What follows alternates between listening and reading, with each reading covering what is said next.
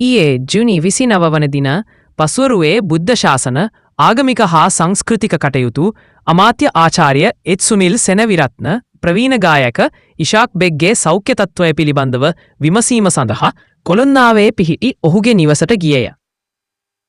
මෙම සංචාරය අතරතුර බෙග් මහතාගේ වැද්‍ය ප්‍රතිකාර සඳහා ආධාර කිරීම සඳහා ජනාධිපති අරමුදලෙන් රුපියල් මිලියනයක් චෙක්පතක් අමාත්‍යවරයා විසින් භාර දෙන ලදී. ආදරණීය කලාකරුවාට දැඩි මහජන සහයෝගයක් පෙන්නුම් කරමින් ඔහුගේ ප්‍රතිකාර සඳහා අවශ්‍ය රුපියල් මිලියන 10ක් රැස්කිරීම සඳහා බොහෝ පුද්ගලයින් සහ සුබපතන්නන් දායක වී ඇති බව වාර්තා වේ.